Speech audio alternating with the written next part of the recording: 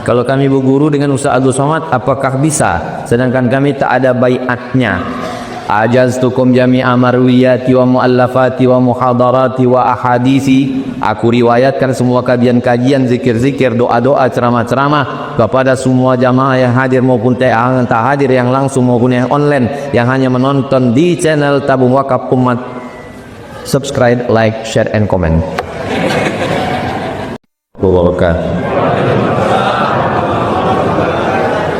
Alhamdulillah, Allahumma sholli ala sayyidina Muhammad wa ala ali sayyidina Muhammad. Sama-sama kita Bapak, yang sama-sama kita hormati Bapak Wakil Wali Kota Pekanbaru, Bapak Markarius. Mohon maaf tak ingat lama terlengkap dan detail-detail. Ketua beserta seluruh pengurus masjid, Bapak Ibu hadirin hadirat, mudah-mudahan selalu istiqomah iman dan Islam. Amin ya rabbal alamin. Pasangan suami istri memiliki beberapa anak, kemudian kebiasaan memberi anak terlebih dahulu untuk modal kehidupan. Nah, jadi bapak ibu yang punya anak ini dikasihnya anaknya ini modal. Kemudian salah satu dari pasangan suami istri tersebut meninggal. Apakah harta yang sudah diberikan ke anak tadi bisa ditarik lagi untuk dijadikan sebagai warisan? La yahillu li muslimin ayyu'tir atiyatan. Tidak boleh seorang muslim memberikan suatu pemberian, sesuatu yang dia berikan ke orang lain, summa yurji, kemudian dia minta balik. Tak boleh yang sudah kita kasih itu kita minta balik lagi, tak boleh. Illa kecuali al-walid li waladihi, kecuali orang tua kepada anak. Bisa. Ibu ngasih duit ke anak, habis itu minta balik, boleh. Bapak ngasih ke anak, diminta balik, boleh. Hadis riwayat Taman bin Hambal. Tapi ada beberapa yang tak bisa diminta balik. Contoh, bapak kasih duit 10 juta ke anak, kemudian duit 10 juta itu dipakai anak itu sebagai mahar nikah. Lalu kemudian ibu marah karena bininya melawan. Pak ang potang nikah orang dari Yambo, mau minta adik, tak usah, karena sudah jadi mahar nikah. Yang kedua, yang tak bisa diminta balik, bapak kasih anak duit 5 juta, datang si anak, dipakainya duit 5 juta itu ke membayar utang. Lalu kemudian bapak minta balik, mana piti potong 5 juta? Tak bisa diminta lagi karena sudah dipakai untuk membayar utang. Yang ketiga, ini menurut negara, bapak sama ibu kasih ke anak itu ruku, iko gibah ruku keuangan, kemudian dirubahnya namanya, pergi dia ke BPN Badan Pertanahan Nasional, lalu kemudian dibaliknya namanya. Itu kalau bapak minta balik ke pengadilan, pengadilan belum tentu mengabulkan, karena tidak semua pendapat fikih bisa dikabulkan oleh pengadilan. Nah, jadi kalau hanya sekedar memberikan saja minta balik boleh. Nah, ini bagi anak-anak yang hadir di sini, kalau ayah kalian bagi, hati-hati dimintanya balik.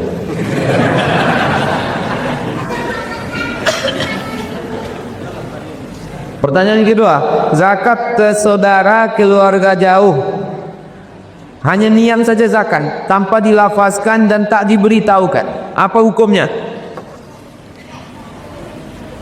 Apakah melafazkan niat itu wajib? Tidak. Niat itu wajib. Niat itu wajib. Tapi melafazkan niat tak wajib. Jadi tentang membayar zakat, kita bayarkan saja zakat, niatnya zakat. Apa fungsi niat? Untuk membedakan antara zakat, wakaf, infak, sedekah, wasiat, hibah, ghanimah. Karena kalau hanya kita kasih, apa niatnya tak jelas. Innamal a'malu binniyat. Maka niat saya mengasihi ini adalah zakat, tapi tak kita sebutkan. Dan untuk saudara sebaiknya memang tidak usah disebutkan. Jadi kalau kita punya saudara kita kasih zakat, kasihan. Jangan pula saudara wang nampaknya masuk asnaf pakai miskin kor sakit aja. Jadi aku ini zakat. Adapun melafazkan, saya serahkan zakat saya ini kepada bapak tunai, lalu yang menerima zakat itu mendoakan, itu dari ayat Al-Quran, wa sholli alaihim inna sholataka sakanul lahum. berikan zakat, dan yang menerima zakat itu mendoakan barakallahu laka fima ataita wa barakallahu laka fima abqaita wa ja'alaha laka tahuran. Itu hukumnya sunnat, tidak wajib. Itulah kenapa zakat bisa dibayarkan melalui transfer banking tanpa ada lafaz dan tanpa ada doa domar. Itu tentang masalah membayarkan zakat. Siapa yang tak boleh kita bayarkan zakat? Anak, bini, ayah, emak, mertua. Tak boleh. Tak boleh bapak bayar zakat ke istri. Oh my wife, iko 5 juta zakat ambo bulan iko sekaligus belanja awak. Atau diboleh karena papa lah transfer 3 juta kuliah wang ya sekaligus zakat ambo. That's it. Tapi kepada saudara, kepada jiran, kepada kawat, maka boleh. Orang tua kalau dia susah, kita kasih nafkah atau kita bayarkan zakat ke dia, ke mertua, tak boleh. Maka selain daripada itu, boleh kita bayarkan zakat. Tidak boleh memberikan zakat kepada orang yang wajib kita nafkah, tak boleh. Bapak tak boleh berzakat ke ibu, tapi ibu boleh berzakat ke bapak. Misalnya ibu orang kaya, memang apanya kayo, emaknya kayo, salah jatuh cinta. Lalu kemudian dia sabi, isi kau sebentar pakai miskin. Ambo kau bang, kesalahan ambo itu kau satulah, mencintai. Tapi dia ambolah sampai hati, aku ambo kasih zakat 2,5%. Nyo hartanya 1 triliun.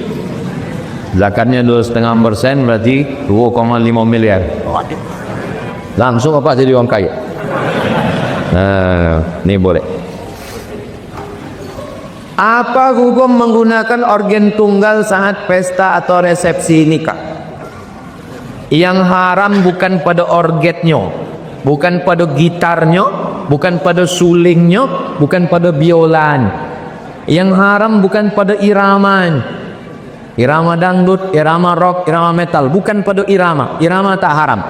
Yang haram itu ada pada lafaz cinta satu malam, kucing garong, selimut tetangga, pulang-pulang berbadan kuah. Itu haram saden. Kalau pakai keyboard tunggal tapi lagunya tidak barakallahu lakuma wa baraka alaikuma wa jama'a bainakuma fi khair. Boleh tak boleh? Boleh. Jangan keyboard tunggal, keyboard tinggu boleh. Bukan pada alatnya, bukan pada suaranya, bukan pada iramanya, tapi pada lafaz. Kalau bunyi kalimatnya mengajak pada perbuatan zina, maka lagu itu haram. Tapi kalau bunyinya mengajak berselawat kepada Nabi, maka lafaz, maka pakai keyboard tunggal tapi lagu-lagunya religi. Pastikan janji lagunya religi. Sebab ambo datang beberapa kawan ambo nikah adiknya. Bang, tapi abang potong berjanji keyboardnya religi. Itulah hukumnya yang religi, lagu utama sama lagu terakhir. Lagu yang tahu jatuh bangun aku mengajar. Jadi dijanjikan betul bahwa lagunya itu dari awal sampai akhir adalah lagu religi. Bangunan musola yang tak terpakai lagi, kalau dirobohkan, infak dan sedekah jamaah untuk membangun itu apakah masih mengalir atau tidak? Ya, beri pandai. Iko Masjid Nabawi panjangnya 22 meter. Dari tempat tahrir kurpa mimbar Nabi ke dinding kamar Nabi 22 meter. Ke belakangnya 15 meter. Bangunan asli Masjid Nabawi.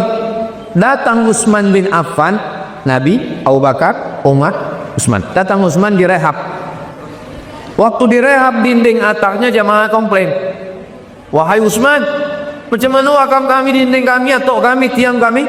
Datang Utsman bin Affan radhiyallahu an membacakan hadis Nabi, man bana masjidan banallahu mithlaku baitan fil jannah. siapa yang ikut membangun masjid, maka Allah sudah membangunkan untuknya satu tempat di surga. Dengan dibacakan hadis itu maka tenanglah jawab. Jadi bapak ibu potang yang menyumbang keramik, bukunya keramiknya dibuka, jangan hawa.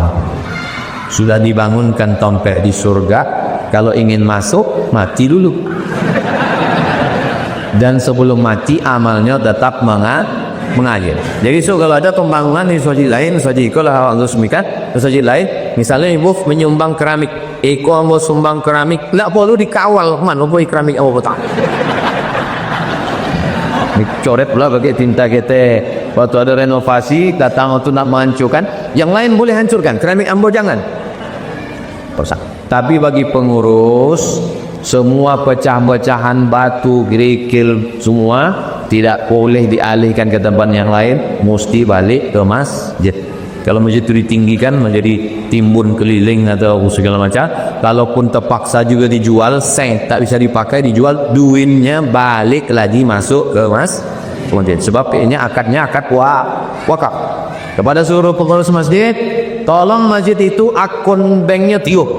Yang pertama, nomor rekening wakaf, tak boleh ke yang lain. Yang kedua, nomor rekening operasional, boleh untuk listrik, untuk boleh air keran, untuk lain-lain. Yang ketiga, nomor rekening untuk anak yatim. Sebab rekening anak yatim tak boleh bercampur ke yang lain. Jangan sampai satu rekening. Kami dari Yayasan Tabung Wakaf Umat Ustaz Allah, memang rekeningku masalah rekening halus. Jangan sampai Ustaz berceramah, Bapak Ibu nanti kita hisabnya lama di akhirat. Polisi, tentara, kepala dinas, kepala kantor. Wali kota jangan sampai ada uang. Tahu sesudah awak sobi awak mati, pas di akhirat, gue sama kepala dinas. Kata kepala dinas, Ustaz psiko tu. Sama itulah sendiri salam pois masih potong. Maka itu hati-hati. Mengapa Allah berselawat kepada Nabi Muhammad? Kau ngetes apa? Selawat itu tiga. Innallaha Allah wa malaikatahu yusalluna 'alan nabi. Allah berselawat, malaikat berselawat. Ya ayyuhalladzina amanu sallu 'alaihi. Selawat ambo, selawat malaikat, selawat Allah. Apa arti selawat Allah? Allah mencurahkan rahmatnya untuk Nabi Muhammad. Apa itu selawat malaikat? Malaikat memintakan rahmat dan ridhonya untuk Nabi Muhammad. Apa arti selawat ambo? Datang sahabat, ya Rasulullah, macam mana selawat kami? Allahumma sholli ala sayyidina Muhammad wa ala ali sayyidina Muhammad. Boleh? Bukan Allah tu mengucap Allahumma sholli ala sayyidina Muhammad. Kalau Allah mengucap Allah sayyidina Muhammad, siapa pula Allah? Mau ulang sekali lagi. Innallaha wa malaikatahu yusholluna 'alan nabi ya ayyuhalladzina amanu shollu 'alaihi. Selawat Allah maksudnya Allah mencurahkan rahmat dan ridhonya untuk Nabi Muhammad. Selawat malaikat maksudnya malaikat meminta kepada Allah, ya Allah curahkanlah rahmat dan ridha untuk Nabi Muhammad. Sedangkan awak berselawat maksudnya Allahumma sholli ala sayyidina Muhammad wa ala ali sayyidina. Boleh? Boleh. Kalau itu menyabik tidak boleh, berarti belum makan siang. Kami lah makan bubur champion. Terima kasih ibu-ibu, mantap masakannya. Yan. Bagaimana kita merasakan bahwa solat kita itu diterima Allah? Allah merahasiakan tidak ada yang tahu siapa dapat malam Lailatul Qadar. Allah merahasiakan tidak ada yang tahu siapa dapat taubat nasuha. Allah merahasiakan tidak tahu siapa dapat haji mabrur. Supaya apa?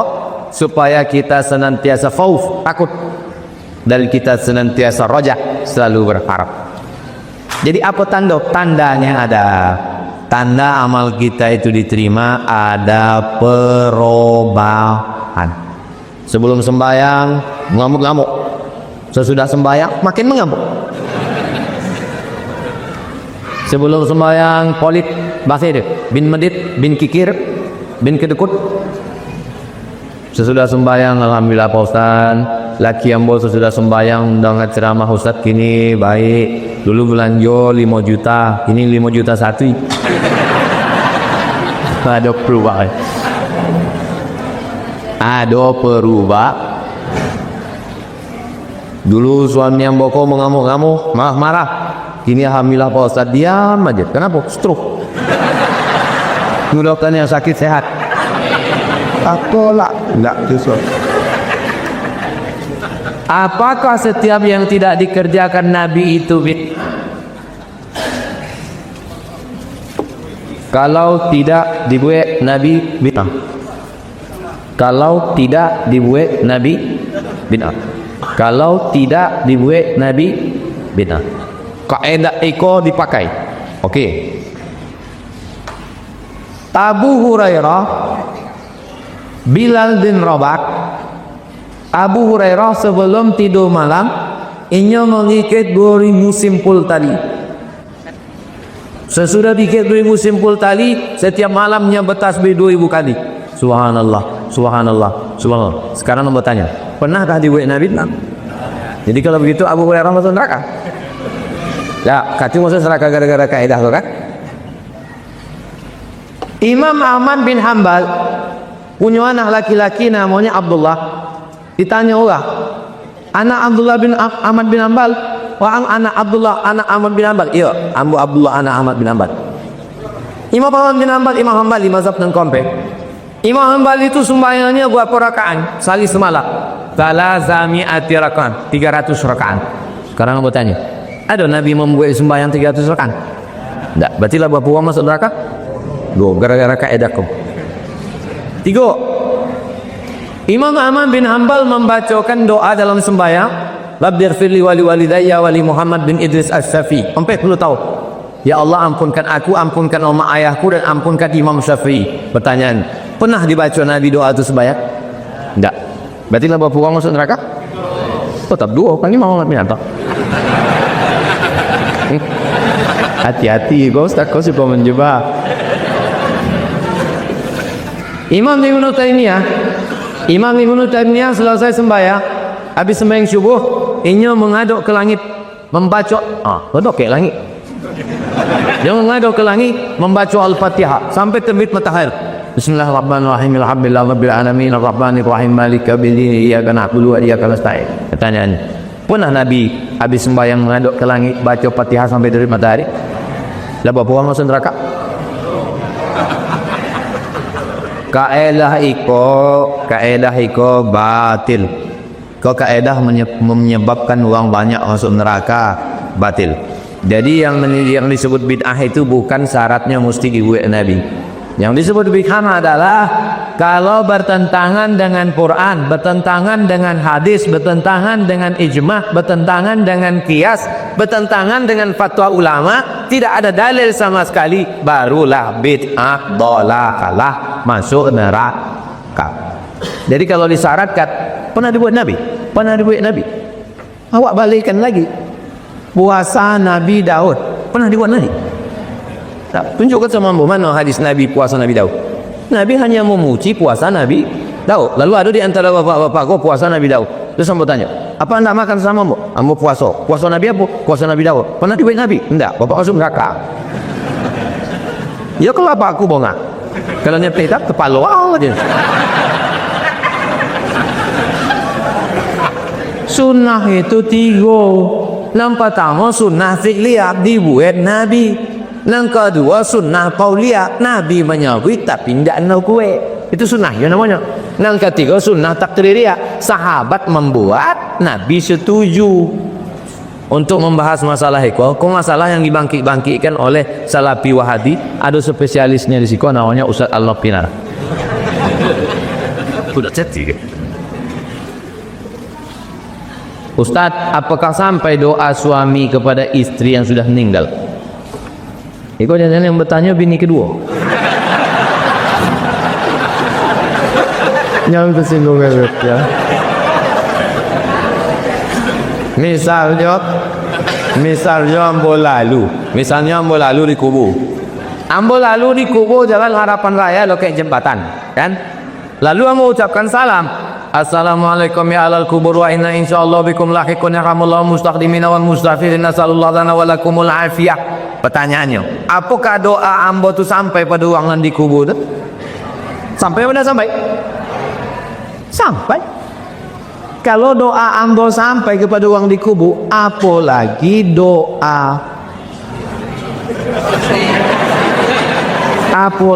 doa suami kepada istri yang sudah menikah. Syarat doa itu sampai, yang penting asal muslim sampai. Tapi kalau tak Islam tak sampai. Bininya mati, Islam tak sampai. Tapi Fauzan dalam hadis disebut idza matal insan, kalau mati anak Adam, amalnya putus kecuali 3: anak yang soleh, ilmu yang bermanfaat, sedekah jariyah. Jadi kalau gitu doa Ustaz tak sampai. Kalau Abdul Somad mati, kalau dicontohkan ibunya bohongin. Contoh apanya kamu lah. Kalau Abdul Somad kau mati, amalnya putih. Dan mau tanya, yang putus tuh amal Abdul Somad apa amal jamaah?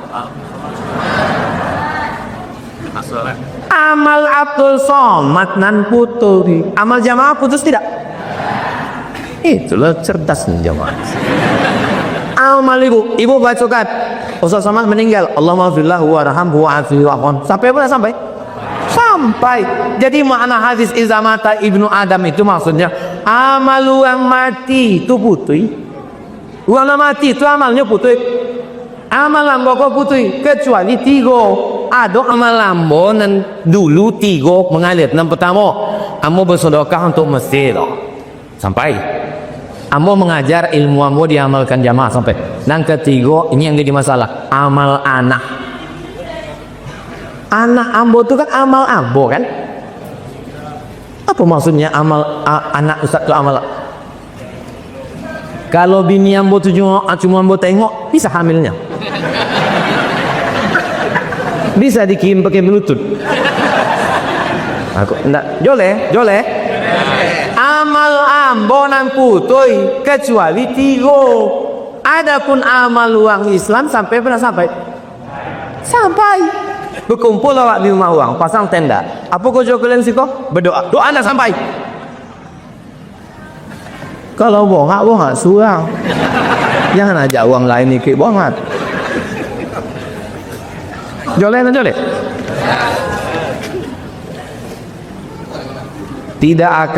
Allah tidak akan membebani seorang melainkan sesuai dengan kemampuannya. Jole itu la yukallifullahu nafsan illa usaha. Kenapa masih ada uang gilo? Ambo asal-asalnya selama ceramah di masjid di kolam paling boek kan. Adalah menanya selawat Allah, ada menanya uang gilo. Kenapa ada uang gilo, stres, depresi dan sampai bunuh diri karena tak sanggup lagi menjalani kehidupan ini? Pertanyaannya kenapa gilo? Inyo gilo kononya lari dari jalan yang sudah ditetapkan Allah. Kenapa orang bisa gilo? Karena ikut bercakap. Ada apa-apa di tempatnya tak boleh disebut, menjaga kode etik jurnalis. Inyo membeli tanah untuk persiapan pensiun, ditanam sawit. Tanam sawit, kasih pupuk, bersihkan rumput, tanam sawit. Ketika sawitlah 3 tahun buah pasir, siapkanlah dodos nak memanen. Sampai di situ dari panen uang. Ini sawit saya, kata yang punya, ini sawit saya, ini surat saya sertifikat. Balik ke rumah, bercakap dalam kepala, kenapa tanam sawit, kenapa boleh sawit, kenapa boleh tanam. Bercakap suang. Itulah lama-lama kalau lewat angkor senyum. Pertama bercakap suap, lama-lama bercakap sama supir, lama-lama bercakap sama motor, cakap. Tapi kalau copek balik ke agama, ndak akan gilo. La yukallifullahu nafsan illa wus'an. Cemana imakonya ndak jadi gilo? Anaknya kuliah di Unri. Anaknya kuliah di Unri. Nyopoi ke rumah sakit, dokternya baru meninggal. Dokter Darisman, Jalan Ahmad Yani. Sampai ke dokter dibawa lukube. Dimakan ube lolo. Begitu habis dosis terjaga lagi. Kenapa tanam sawit? Kenapa? Makan lagi. Akhirnya anaknya membawa ke pengajian Ustaz Somad di Akramun Nas Unri Sabtu Subuh. Amun pek tahun mengajar di situ. 2009, 2010 boleh, 2 boleh. Habis itu pindah ke Al-Falah 3 boleh, 4 boleh. Setelah itu ke An-Nur 5 boleh, 6 boleh. Setelah itu ambo viral keliling dunia. Datanglah Pak Iko setiap Sabtu subuh mendengarkan pengajian. Sesudah itulah ambo sehat Pak Ustaz. Jadi kalau orang ikut ajaran Islam bersyariat, sholat, zakat, puasa, haji, ikut jalur Allah, maka insya Allah segala ikhtiarnya cukup, maka dia la yukallifullahu nafsan illa usaha. Tapi kalau gilonya bukan karena sebab, tapi karena gen, ada gilo kok kena gen, karena keturunan, gilo ayahnya, gilo maknya, anaknya, gilo kode, maka itu sudah takdir. Allah sudah menetapkan. Orang yang gila kalau begitu Allah tidak ada. Orang gila 3 yang tidak dinilai amal. Pertama, anil na'im hatta yastayqiz, orang tidur sampai bangun. Yang kedua, anil sabi hatta yahtalim, anak kecil sampai akil balik. Yang keempat, anil majnun, orang gila sampai sembuh. Orang gila di akhirat tidak lagi dihitung amal, langsung masuk ke dalam surga. Ingin langsung masuk ke dalam surga?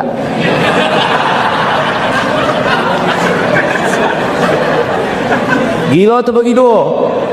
Gila yang disebabkan diri, tak tahan menghadapi hidup, lari ke narkoba, gila, pergi ke dukun, gila. Tapi kalau dia lari ke jalan Allah, berzikir, ikut tarekat, ikut mursyid, ikut beramal, puasa sunat, insya Allah sehat. Mana buktinya sehat? Kalau tidak sehat, tak karena togak rumah sakit kilometer 11. Kalau tidak bisa disehatkan 1 kilo, kilometer 11. Cuma jadi masalah sesudah sehat, kue undangan menyanyinya di acara pesta itu, lagunya aku masih seperti yang dulu. Ih, lama kok keluar dari ngomong dia. Jadi lagu kau jangan dinyanyikan. Kita apa deh? Mohon doanya agar anak-anak kami melimpah ilmu sebagai orang yang dimuliakan. Jika kita mau ilmu tanpa guru, maka gurunya setan. Kalau kami berguru dengan Ustaz Abdul Somad, apakah bisa? Sedangkan kami tak ada baiatnya. Ajaztukum jami'a marwiyati wa muallafati wa muhadarati wa ahadisi. Aku riwayatkan semua kajian-kajian, zikir-zikir, doa-doa, ceramah-ceramah kepada semua jamaah yang hadir maupun yang tak hadir, yang langsung maupun yang online, yang hanya menonton di channel Tabung Wakaf Umat. Subscribe, like, share, and comment. Maka semua yang sampaikan ini diijazahkan kepada jamaah. Kita punya hubungan hati, baik langsung maupun tak langsung, baik menonton di YouTube, kita amalkan. Siapapun guru-guru awak yang di medsos, yakinikan guru itu sifatnya 3. Pertama, akidahnya ahlus sunnah wal wujud tidak bakal mukhalafatu lil hawadisi qiyamuhu binafsihi wahdaniyah qudrati iradatil mun'ayyad sama basar kalam. Akidah. Yang kedua fikih. Fikihnya bermazhab. Kita di Indonesia pakai mazhab Syafi'i. Yang ketiga akhlak. Akhlaknya berakhlakul karimah, mengikut Al-Quran dan Sunnah yang dituliskan oleh Imam Abu Hamid Al-Ghazali dalam kitab Ihya Ulumuddin. Mudah-mudahan kita terjaga dalam akidah Ahlussunnah wal Jamaah. Amin ya rabbal alamin. Al-Fatihah.